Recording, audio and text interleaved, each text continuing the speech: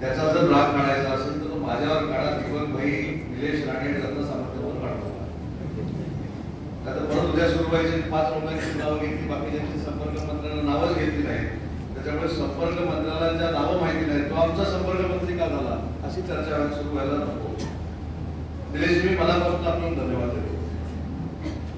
तुम्ही ज्या पद्धतीनं भाषणात सिंधुदुर्ग जिल्ह्यासाठी केलं, मला असं वाटतं की तुमचं हे भाषण महाराष्ट्राच्या प्रत्येक जिल्ह्याच्या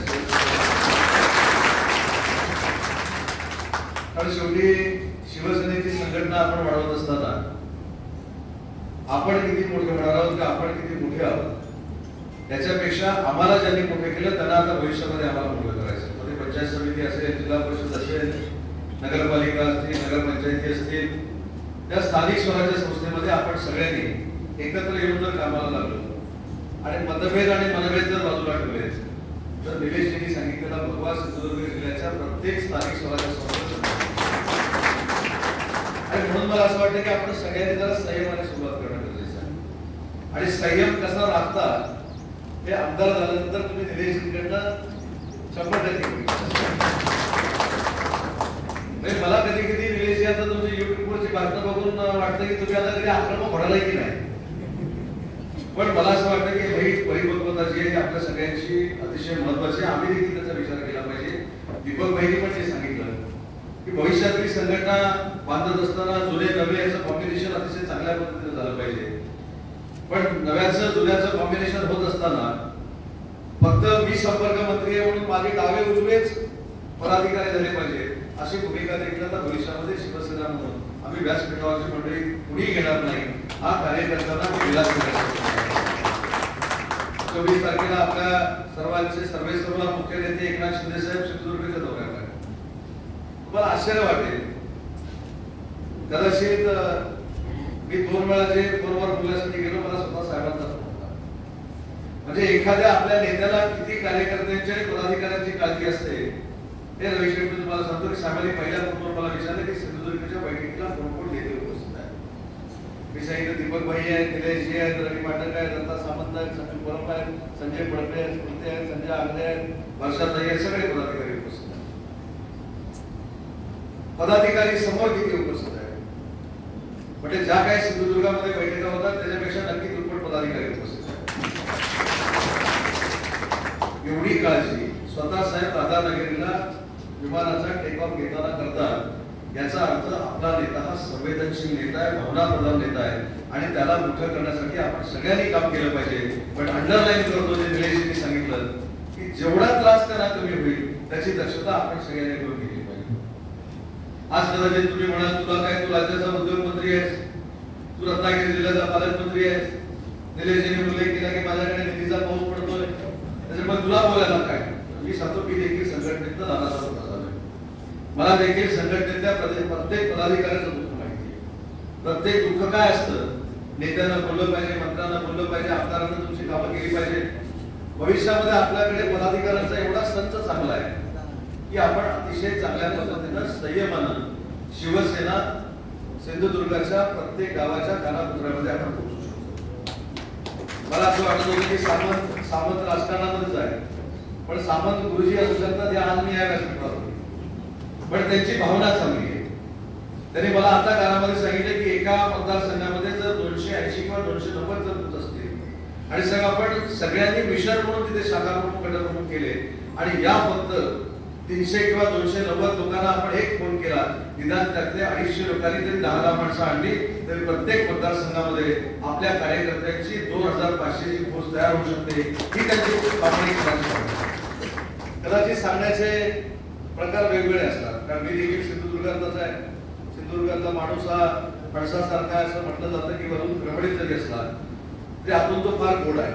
म्हणून मला असं वाटतं की आपण सगळ्यांनी प्रामाणिकपणानं शिवसेनेचा पक्ष हा तळागाळापर्यंत कसा पोहोचेल यासाठी प्रामाणिकपणानं प्रयत्न करणं गरजेचं आहे. विकासाची कामं असतील, जिल्ह्याच्या समित्या असतील, जिल्ह्याचे विशेष कार्यकारी अधिकारी असतील, शासनाच्या कमिट्यावर जाणारे आपले मोठ्यातले पदाधिकारी असतील, हे मी संपर्क म्हणून एकटा पाठवणार नाही तर दीपक भाईंना, निलेशजींना, रवींद्र पाठक साहेबांना आणि सगळ्या शिवसेनेच्या नेते मंडळींना एकत्र बसून एक मतानं नावावर चर्चा करून ती नावं आम्ही शिंदे साहेबांकडे पाठवणार आहोत. त्याच्यामुळे तिथं देखील माझा तुझा डावा उजवा हे काही येणार नाही. शेवटी आपण आपल्याला जर फसवलं तर आपण ते शिवसेनेच्या नेत्यांना देखील फसवत असतो. आणि आपल्याला अनेक लोकांना असं वाटतं की शिंदे साहेबांना काही गोष्टी कळत नाही, शिंदे साहेबांना काही गोष्टी माहिती नसतात. मी अनेक वेळा शिंदे साहेबांबरोबर दौऱ्यात असतो. प्रत्येक जिल्ह्याच्या कार्यकर्त्याला फोन लावून एखाद्या सभेला किती माणसं आली होती, ती कुठच्या मतदारसंघातून आली होती, कशा पद्धतीने आली होती, याचा सगळा विचार शिंदे साहेब करतात. त्याची परवाचं तुम्हाला एक उदाहरण मी सांगतो. यवतमाळला मी साहेबांबरोबर एका सभेला आभार यात्रेला होतो. प्रचंड गर्दी झाली. 15-20 हजार लोक त्या कार्यक्रमाला उपस्थित होते. आणि साहेबांनी सभा संपल्यानंतर मला विचारलं, ही सगळी माणसं जी चाललेली आहेत त्यांच्या जेवणाची व्यवस्था आपण केली का? काही मंडळींची जेवणाची व्यवस्था झाली होती, काही मंडळींची जेवणाची व्यवस्था झाली होती. साहेबांनी तिथनं फोन डायरेक्ट पक्षाच्या कार्यालयामध्ये केला आणि पक्षाच्या कार्यालयामध्ये सांगितले की आता नंतर माझ्या सभेला जर दुपारची मंडळी येणार असतील तर दुपारच्या जेवणाची व्यवस्था झाली पाहिजे, रात्रीच्या येणार असतील रात्रीच्या जेवणाची व्यवस्था झाली पाहिजे, सकाळी कार्यक्रमाला असेल तर नाश्त्याची व्यवस्था झाली पाहिजे. उपाशी पोटी कुठचाही माझा शिवसैनिक माझ्या सभेला येता कामा नये अशा पद्धतीचे आदेश माननीय आपले मुख्य नेते एकनाथ शिंदे साहेबांनी पक्षाच्या स्तरावर काढले. त्यात किती सभा होतात, कोण जेवलेले येतात, कोण जेवून जातात, कोणाच्या गाड्यांमध्ये पाणी असतं काय नसतं काय हे बघण्याचं देखील भाग्य कधी नेत्यांच्या नशिबी आलं नाही. ते सगळं करण्याचा प्रामाणिकपणाचा प्रयत्न एकनाथ शिंदे साहेब स्वतःच्या स्तरावर करत असतात. आज खासदार डॉक्टर श्रीकांत शिंदे असतील, ते देखील आपल्या सगळ्यांचे संपर्क ठेवून आहेत. मला फक्त पदाधिकाऱ्यांना एकच सूचना करायची की आपण सगळ्यांनी समन्वयानं जर कामकाज करायला सुरुवात केली आणि समोरच्या मित्रपक्षाची देखील समन्वय जर व्यवस्थित पद्धतीने ठेवला तर निलेशजीला तिसरा डोळा उघडण्याची काही आवश्यकता नाही. शेवटी जबाबदार पदाधिकाऱ्यांनी जबाबदारी ओळखून जर प्रामाणिकपणानं काम केलं आणि कशासाठी माझं तर म्हणणं आहे की समोरच्याला कमी लेखून आपण मोठ्यात दाखवण्यापेक्षा आपण शांतपणानं आपला पक्ष वाढवू. जिल्हा परिषदेवर आपला भगवा पडल्यानंतर लक्षात येईल त्या शांतपणानं शिवसैनिकांनी काम केलं, कोणालाही मनस्ताप दिला नाही, कोणालाही त्रास दिला नाही. शेवटी आपण महायुतीच्या सरकारमध्ये वावरतो. संजूजीने देखील त्यांची प्रकट भूमिका या ठिकाणी मांडली. संजूजी मी तुमच्या पदाची 100% सहमत. शेवटी आम्ही लोकांनी देखील काही धोरणात्मक निर्णय घेतले पाहिजे.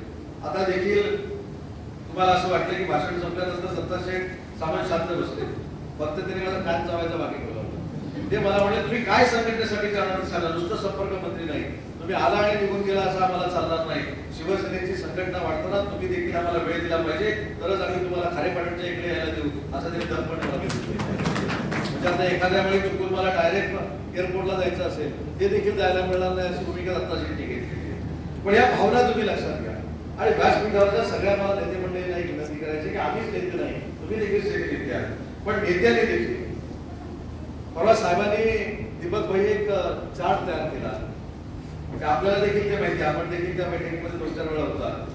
आणि साहेबांनी चार्ट तयार करून आमदार किती दिवस मुंबईमध्ये असतात आणि किती दिवस मतदारसंघामध्ये असतात हे पाहण्याचा आता ठरवलेला आहे. त्याची टक्केवारी प्रमाण आहे की 30 दिवसातले किती दिवस मुंबई आणि किती दिवस हे मतदारसंघामध्ये असतात. पदाधिकाऱ्यांना एवढीच विनंती आहे, ही वेळ आपल्यावर पण येणार आहे. आपण किती दिवस मुंबई आणि किती दिवस इकडे, काही म्हणजे अपवाद नसतातच, पण काही लोक सिंधुदुर्गचं हेडक्वार्टरच मुंबई बनलेलं आहे अशा पद्धतीनं त्या ठिकाणी कामासाठी येतात. मला असं वाटतं की संघटना जर खरी बांधायची असेल तर आपण सगळ्यांनी आपल्या जिल्ह्यामध्ये राहूनच संघटना बांधली पाहिजे. मंगळवार आणि बुधवार मुंबईला जायला आमचा कोणाचाही आक्षेप नाही, कारण मंगळवारी कॅबिनेट मिटिंग असते आणि मंत्र्यांना जर भेटायचं असेल तर बुधवारी आपण चांगल्या पद्धतीनं भेटू शकतो. ही भावना डोळ्यासमोर ठेवून पदाधिकारी जर मुंबईमध्ये असतील तर त्याच्यामध्ये आक्षेप घेण्याचा काय अर्थ आहे असं मला वाटत नाही. परंतु सोमवारपासून रविवारपर्यंत ठाण मांडूनच जर आपण मुंबईला बसत असू तर आपण सिंधुदुर्गामधली संघटना कधी बांधणार आहोत हा देखील विचार आपण सगळ्यांनी केला पाहिजे. आणि मी व्यासपीठावरच्या मंडळीला संजू अभिमानानं सांगतो, अभिमानानं माझ्या मतदारसंघातला एकही कार्यकर्ता, एकही शाखा प्रमुख, एकही तालुका प्रमुख, एकही विभाग प्रमुख जोपर्यंत मी मुंबईला बोलवत नाही तोपर्यंत मुंबईला पाऊल टाकत नाही. फक्त तिथं संघटना वाढवतो. म्हणजे मी काय दादागिरी करत नाही, आम्ही आहोत ना. मी संपर्क मंत्री आहे, दीपक भाई आहेत, निलेशजी आहेत, जिल्हा प्रमुख आहेत, रवी पाटील साहेब आहेत. आम्ही तुमचे प्रतिनिधी म्हणून आमच्यावर तुमचा विश्वास असला पाहिजे की आम्ही मुंबईमध्ये तुमची कामं करू. पण कामं जर आमच्यानं होणारीच नसतील आणि ती करून घेण्याचा आपला प्रयत्न असेल तर ह्याच्यामध्ये दीपक भाई पण काही करू शकत नाही, निलेश देखील काही करू शकत नाही, मी देखील काही करू शकत नाही. विकासाचा निधी कमी पडणार नाही याची हमी आपण एकनाथ शिंदे साहेबांकडे घेऊ. नगर विकासला पैसे कमी पडणार नाही याची हमी आपण एकनाथ शिंदे साहेबांकडे घेऊ. जिल्हा परिषदेला पैसे कमी पडणार नाही याची हमी आपण देवेंद्र फडणवीस साहेबांकडे घेऊ किंवा जयकुमार गोरे साहेबांकडे घेऊ. पण हे सगळं करत असताना आपली दखल घेण्याची संघटना प्रत्येक गावामध्ये असणं आवश्यक आहे आणि ती दखल घेणारी संघटनामध्ये प्रत्येक बूथवर आपण 51% जास्त असलं पाहिजे. आता अनेकांच्या मनामध्ये शंका येऊ शकतात, हा भाषण करतोय तुझं काय? मी अभिमानानं सांगतो की माझ्याकडे जेवढे बूथ आहेत त्याच्यावर 20-20 शिवदूत देखील आहे. म्हणून मी मतदारसंघामध्ये असलो काय किंवा नसलो काय, आपल्या पक्षाचा आणि माझ्या प्रशासनाचा गाडा हा शिवसेनाच त्या ठिकाणी उडत असते. त्याच्यामुळे मला महाराष्ट्रामध्ये फिरायला चांगल्या पद्धतीने वाव मिळतो. पण हे देखील लक्षात घ्या की महाराष्ट्रात कुठेही जरी फिरत असलो तरी शनिवार आणि रविवार किंवा शनिवार रविवार सोमवार मी रत्नागिरी जिल्ह्यामध्ये असतो आणि त्याचे 2 दिवस माझ्या मतदारसंघामध्ये असतो. त्याच्यामुळे आम्ही जर हे करत असतो तर आपण सगळ्यांनी हे केलं पाहिजे. आज माझ्याकडे मोबाईलमध्ये एक माहिती अशी आहे, आपण आपल्या नेत्याचं नाव घेतो, आपण नेत्याला अपेक्षित आहे असं काम करणार म्हणून सांगतो. मी 4 दिवसाचा फक्त कार्यक्रम साहेबांचा सांगतो, 4 दिवसाचा. मागच्या 4 दिवसामध्ये मी 4 दिवसा अगोदर एकनाथ शिंदे साहेब 3:30 वाजता घरी आले, त्याच्यानंतर 3 वाजता घरी आले. परवा 20 त्यांच्या सोबत होतो, 3:45 वाजता ते घरी गेले आणि काल मला मेसेज आला साहेब 3:15 वाजता घरी. आणि आता जर त्याला विचारलं ते कुठे आहे, आता ते विमानात बसले आणि कोल्हापूरच्या आभार यात्रेसाठी निघत आहेत. म्हणजे जो नेता आपल्यासाठी 20-20 तास काम करतो त्याच्यासाठी आपण दिवसाला फक्त 2 तास काम करणार आहोत की नाही हा विचार करण्यासाठी आपण कुठेतरी एकत्र बसणं गरजेचं आहे. नेत्याला आपल्यावर विश्वास टाकलाय, नेत्याला संघटनेची जबाबदारी आमच्या सगळ्यांवर दिलेली आहे. मी नक्की सांगतो की आता देखील साहेबांच्या एका विषयावर बोलतो, नवे जुने त्याचं कॉम्बिनेशन नक्की करू. पण जसे काही अधिकारी 15-20 वर्ष एकाच पदावर बसून राहतात आणि तिथं वहिवाट लावतात, अशी वहिवाट जर कोणी लावली असेल आणि तो जर काम करत नसेल तर त्यानं स्वतःहून माझ्याकडे काही पत्र आणून द्यावी, मला आणि आमच्या नेते मंडळींना निर्णय घ्यायला भाग पाडू नये. कारण काही लोकांची मक्तेदारी अशी बनलेली असते की मी हलणारच नाही, माझंच ते पद आहे, या पदावर दुसरा कोण बसू शकत नाही. पण खऱ्या अर्थानं शिंदे साहेबांचे हात जर बळकट करायचे असतील तर आपल्याला युवा पिढीला देखील आपल्या सोबत आणून त्यांना देखील मदत केली पाहिजे. महिला भगिनींना देखील आपण सक्रिय केलं पाहिजे. युवती सेना देखील आहे ती देखील आपण सक्रिय केली पाहिजे. आज मी महाराष्ट्रामध्ये फिरताना मला सगळ्यात मोठा फायदा काय होतो तर मी महाराष्ट्राच्या राजकारणामध्ये एका पक्षाचा युवक काँग्रेसचा महाराष्ट्राचा अध्यक्ष होतो. त्याच्या मला गडचिरोली माहिती आहे, चंद्रपूर माहिती आहे, खानदेश माहिती आहे, विदर्भ माहिती आहे. पण विदर्भ नुसता माहिती असून उपयोग नाही, तिथला कार्यकर्ता देखील माहिती असणं गरजेचं आहे. आणि म्हणून गावातल्या शाखा प्रमुखांना वाडीतला कार्यकर्ता कोण आहे, वाडीतल्या कार्यकर्त्याला आपल्या बूथवरचा कार्यकर्ता कोण आहे हे देखील माहिती असणं गरजेचं आहे. आणि त्याच्यासाठी आपण सगळ्यांनी मिळून अतिशय चांगलं काम करणं गरजेचं आहे. आज आपण संघटना वाढवत असताना सभासद नोंदणीकडे प्रामुख्याने लक्ष दिलं पाहिजे. सभासद नोंदणी प्रत्येक मतदारसंघामध्ये हजारोंच्या संख्येने झाली पाहिजे. जर आपला मित्र पक्ष 1.5 कोटीची सभासद नोंदणी करतोय तर मला असं वाटतं की बाकी काय करण्यापेक्षा त्यांनी ती कशी केली त्याचं अनुकरण करून आपण 1 कोटीपर्यंत जर पोहोचलो तर मला असं वाटतं की आपली संघटना देखील फार मोठी पोहोचतो. आपण चर्चा फार करतो, सिंधुदुर्ग असेल, रत्नागिरी असेल, त्या जिल्ह्यांमध्ये नाके भरपूर आहे. नाक्यावर बसतो आणि नाक्यावर बसून चर्चा काय, निलेश राणे आणि उदय सामंत यांच्यामध्ये दीपक भाई का बसले नाही, ते दोघे एकत्रच का बसले नाही, दत्ता सामंत असं का बोलले, मग कोणाचं बिल जे झालं तसं का मांडलं. म्हणजे आपल्या संघटनेवर चर्चा करण्यापेक्षा आमची जास्त काळजी आणि आमच्यापेक्षा दिल्लीची तुम्हाला जास्त काळजी. मला असं वाटतं की शिवसैनिकांनी एक जर प्रथा पाडून घेतली, आपण सार्वजनिक ठिकाणी ज्या ठिकाणी जाऊ तिथं आपल्या पक्षाचं जर गुणगान गायलं तर माउथ पब्लिसिटीने देखील शिवसेना वाढते. हे वंदनीय बाळासाहेब ठाकरेंनी आपल्याला दाखवून दिलेला आहे आणि तो इतिहास रचलेला आहे. वंदनीय बाळासाहेबांचं आपण नाव सांगतो, धर्मवीर आनंद दिघे साहेबांचं नाव सांगतो, 20 तास आपले सन्माननीय एकनाथ शिंदे साहेब काम करतात हे देखील मेरिट म्हणून सांगतो.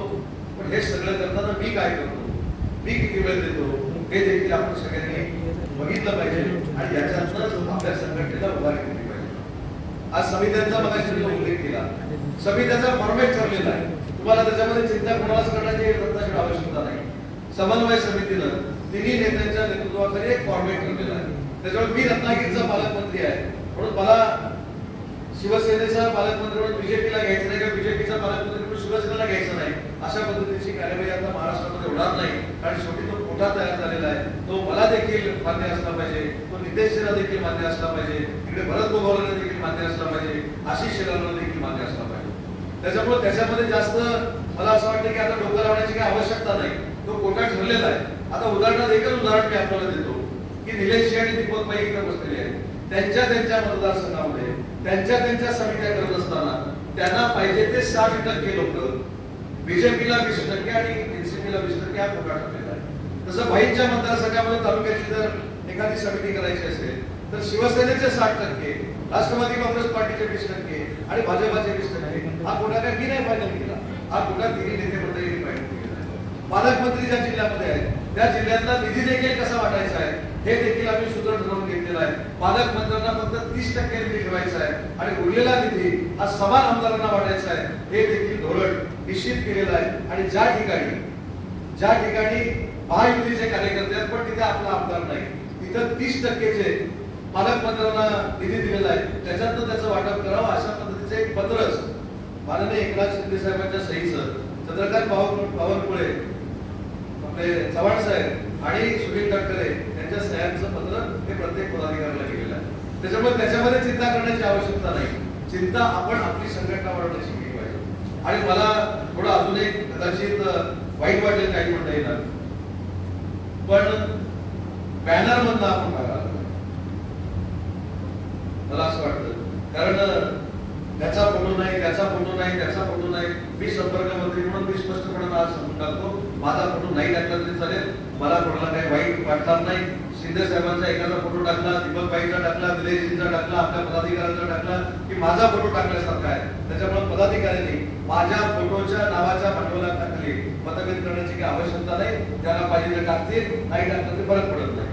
त्याच्यामुळे फोटो, मान सन्मान याच्या पलीकडे कुठेतरी संघटना आहे हे देखील भारताचा पदाधिकाऱ्यांना माहिती पाहिजे. आज म्हणून मग मी सांगितले की निलेशजींचं भाषण हे फक्त सिंधुदुर्गापुरतं मर्यादित नाही. मी तर साहेबांना सांगणार की निलेशजींना हे मार्गदर्शन करायला प्रत्येक संवाद बैठकीमध्ये संपर्क मंत्री त्याची सुरुवात तर आपल्यापासून केली, माझ्यापासून केली, आपल्यापासून जर केली तरच संघटना वाढणार आहे. दुसरा काहीतरी करेल आणि दुसऱ्याला चांगलं केल्यानंतर ते मी करणार आहे अशी भावना जर आपण ठेवली तर संघटनेमध्ये अडचणी येऊ शकतात. समन्वय हा अतिशय महत्वाचा आहे आणि समन्वय करत असताना महायुतीचा तर समन्वय झालाच पाहिजे, परंतु आपल्या पदाधिकाऱ्यांमध्ये देखील समन्वय करण्याचा आहे. परवा मी देखील दिलेशजींच्या वाढदिवसाच्या निमित्तानं मालवणला आलो होतो. मला खरोखर त्या दिवशी देखील आश्चर्य वाटलं. पूर्ण शिमग्याचा सीझन होता आणि त्या दिवशी हजारोंच्या संख्येनं त्यांच्यावर प्रेम करणारी जनता त्यांना आशीर्वाद देण्यासाठी त्या ठिकाणी जमलेली होती. आज असं नेतृत्व ज्यावेळी आपल्याला मिळतं, दीपक भाईंचं मार्गदर्शन आपल्याला मिळतं, हे मला असं वाटतं की आपल्याला काहीच कमी नाही. आपण चांगल्या पद्धतीनं काम केलं पाहिजे. आणि दिलेश मी तुमचं कौतुक करायला आलो नाही, पण परवाचं तुमचं एक भाषण मी ऐकलं. दत्ता सामंत व्यासपीठावर होते, संजय पडदे व्यासपीठावर होते, काका पुराळकर व्यासपीठावर होते, राणे साहेबांची पूर्ण टीम ही व्यासपीठावर होती आणि तुम्ही जे त्यावेळी भाषण केलं मला असं वाटतं की त्याचं पालन आम्ही देखील सगळे तुम्ही कदाचित त्यावेळी भावनिक होऊन सांगितलं की राणे साहेबांपासून बाजूला गेलेले लोक आज तुमच्या नेतृत्वाखाली सगळे एकत्र आले. आज तुम्हाला जसा अभिमान आहे तसा तुमचा अभिमान आम्हाला देखील आहे, कारण तुम्ही शिवसेना दीपक भाईंनी सिंधुरत्न योजना आणली. काल दीपक भाई आणि मी सह्याद्री अतिथीगृहामध्ये एकत्र होतो, पण दीपक भाई तुम्ही ज्या कष्टानं ती सिंधुरत्न योजना आणली त्याचा फायदा माझ्यासारख्या मतदारसंघामध्ये देखील झालेला आहे. ते नाकारून आम्ही चालणार नाही, कारण जे वैयक्तिक लाभाच्या योजना आहेत त्या बाकी कुठेही मिळत नव्हत्या. त्यावेळी खऱ्या अर्थानं ज्या योजनेचा जन्म झाला आणि ज्या योजनेला जन्म देणारे जर कोण असतील तर दीपक भाई केसरकर आहे. आणि म्हणून ते काल भांडले. म्हणजे मगाशी कोणीतरी सांगितलं की दीपक भाई संयमी आहे, शांत आहे, पण त्यांचा संयम आणि शांतता काही काळापुरतीच राहते. काल ते भांडले आणि मग माझा फोन पण उचलत नव्हते. पण शेवटी रात्री मी बाईला आनंदाची गोष्ट सांगितली की बाई ज्या पद्धतीनं तुम्ही भांडला, आज तुम्ही सिंधुदुर्ग आणि रत्नागिरीच्या लोकांना न्याय करून गेलाय. सिंधुदुर्ग योजना देखील तशाच चालू ठेवण्याचा सूचना मुख्यमंत्री महोदय देणार आहे. हे कोणासाठी आहे याचं श्रेय आपण घेतलं पाहिजे. मी जसं आपल्याला सांगितलं की शिवसेना पक्षामध्ये संघटना वाढवायची म्हणजे काय करायचं, तर दीपक भाईंनी केलेलं काम लोकांपर्यंत पोहोचवायचं, निलेशजींनी केलेलं काम लोकांपर्यंत पोहोचवायचं, एकनाथ शिंदे साहेबांनी घेतलेले निर्णय लोकांपर्यंत पोहोचवायचे, महिला भगिनींसाठी घेतलेले निर्णय लोकांपर्यंत पोहोचवायचे. यावेळी तर असं सांगत होते की मुख्यमंत्री महिलांची जी योजना आहे, लाडकी बहीण योजना, ती बंद होणार आहे. कुठे बंद झाली? उलट 36,000 कोटीची तरतूद माझ्या महिला भगिनींसाठी झाली. आता हे झाल्यानंतर काय म्हणतात, 2100 रुपये देणार. तर आम्ही देऊ ना, आम्हाला द्यायचे तेव्हा देऊ. तुम्ही पटले ना, आता तुम्ही शांत बसा. आणि हीच मुख्यमंत्र्यांची भूमिका आहे, हीच माननीय शिंदे साहेबांची भूमिका आहे की आमचं त्याच्यावर काम सुरू आहे. आणि ज्यावेळी बहिणीला विश्वास आहे की नाही, 1500 रुपये बंद झाले नाही, त्याच्यामुळे सांगितलेला अजेंड्यावरचा विषय देखील भविष्यामध्ये पूर्ण करण्याची जबाबदारी ही देवेंद्रजी फडणवीस साहेब असतील, एकनाथ शिंदे साहेब असतील, अजितदादांची असणार आहे. परंतु ज्या पद्धतीने आपले विरोधक आपल्या टीका करतात, त्याला देखील आपल्या स्तरावर आपण सगळ्यांनी उत्तरं दिली पाहिजेत, जेणेकरून माझा शाखा प्रमुख देखील, शिंदे साहेबांवर निष्ठा असणारा शाखा प्रमुख देखील अतिशय अभ्यासपूर्वक त्या ठिकाणी बोलतो, हे वातावरण समोरच्यापर्यंत पोहोचलं पाहिजे. काही लोक मी बघितलंय, काही लोक तर असे महाराष्ट्रामध्ये, दीपक भाई तुम्हाला देखील माहिती आहे, निलेश तुम्हाला देखील माहिती आहे, माहिती असतं एवढं, पण असं दाखवणार की सगळ्या दुनियाभरची विद्वत्ता त्यांनाच आहे. इकडे तर सगळे माहिती असलेली मंडळी आहे, त्यांच्याकडनं नुसती माहिती घेतली आणि त्याच्यात 10% जरी सांगितलं तरी देखील शिवसेना पक्ष ताकदीनं उभा राहायला वेळ लागणार नाही. आणि यासाठी आपण सगळ्यांनी एकत्र काम करावं, एवढीच या ठिकाणी मी विनंती करतो. काही कालावधीपूर्वी मी पालकमंत्री होतो, पण पालकमंत्री असताना एक खंत होती, निलेशजी आपण असं कधी बसायचो नाही. पण आज मनामध्ये समाधान आहे की आज संपर्क मंत्री जरी असतो तर दीपक भाईंच्या बाजूला निलेशजी बसलेले आहेत, त्याच्यामुळे आता अभिमान चिंता करण्याची आवश्यकता नाही. आणि दत्ता सामंत माझ्या इकडे बसलेले आहेत, माझ्या उजव्या बाजूला दत्ता सामंत बसलेले आहेत. पण अजून एक दत्ता सामंतांचं देखील एक महत्व तुम्हाला सांगतो. मी ज्यावेळी जिल्ह्याचा पालकमंत्री होतो, आता बोलायला काय हरकत नाही दत्ता बरोबर आता काय, तसं संजूकडे पण प्रयत्न केला होता, पण तो पण काही सफल झाला नाही. दत्ता शेठला एकदा मी निरोप पाठवला. दत्ता शेठ म्हटलं, दत्ता शेठची एक टॅक्ट होती तिथे, तुम्हाला माहिती आहे की नाही मला माहिती नाही. दत्ता शेठ टेंडर घ्यायचे आणि कामच सुरू करायचे. आणि मी विचारलं बीआयसीला, दत्ता शेठ काम सुरू का करत नाही, काम सुरू. मी 10 वेळा फोन केला, काम उद्या करतो, परवा करतो. आणि लोक त्याला भेटायला गेली, काम सुरू का करत नाही, पैसो घ्या, पैसोच नाही. त्याच्यामुळे जेवढी सरकारची बदनामी करता येईल तेवढी दत्ता सामंत घरी बसून करायची. एका रस्त्याला पैसे असायचे, वर्क ऑर्डर दिलेली असायची, पण काम करायचं नाही. मी एकदा फोन करून त्यांना सांगितले की तुमची सगळी जी बिलं थकलेली आहे ती काढण्यासाठी प्रयत्न करतो. दिलेशी काही गोष्टी ह्या स्पष्टपणाने सांगितल्या पाहिजे. आज आपण एक कुटुंब म्हणून काम करतोय. त्या व्यक्तीनं मला सांगितलं, हा प्रयोग राणे साहेबांकडनं मला जर बाजूला काढायचा असेल तर माझं बिल नाही दिलं तरी चालेल, मी ते टाकणार. अशी ताकद आपल्याला मिळाली आहे, संजूसारखी ताकद आपल्याला मिळालेली आहे. तर जुन्याला नव्याला बरोबर घेऊन भाईंच्या मार्गदर्शनाखाली आणि निलेशजींच्या मार्गदर्शनाखाली या संपूर्ण परिसरामध्ये आपण संघटना उभी केली पाहिजे. त्याची दखल मगाशी निलेशजींनी जो उल्लेख केला, समोरचा घेईल. आणि एवढी दखल घेण्यावाली संघटना किंवा दखल घेण्याच्या पलीकडची संघटना आपण सगळ्यांनी उभी करावी. मी देखील त्याच जिल्ह्यातला असल्यामुळं मला तुम्ही काही काम सांगा म्हणजे चांगलं काम सांगा, ते करायला मी नक्की तयार आहे. एवढाच शब्द त्या कार्यक्रमाच्या निमित्तानं देतो. भाईंनी जी काही विकास कामं केलेली आहेत, राणे साहेबांनी जी काही विकास कामं केलेली आहेत, तशाच पद्धतीची ताकद नाही, पण किंबहुना तशीच ताकद त्या जिल्ह्यामध्ये उभं करण्याचा प्रामाणिकपणाचा प्रयत्न शिंदे साहेबांच्या नेतृत्वाखाली मी करेन.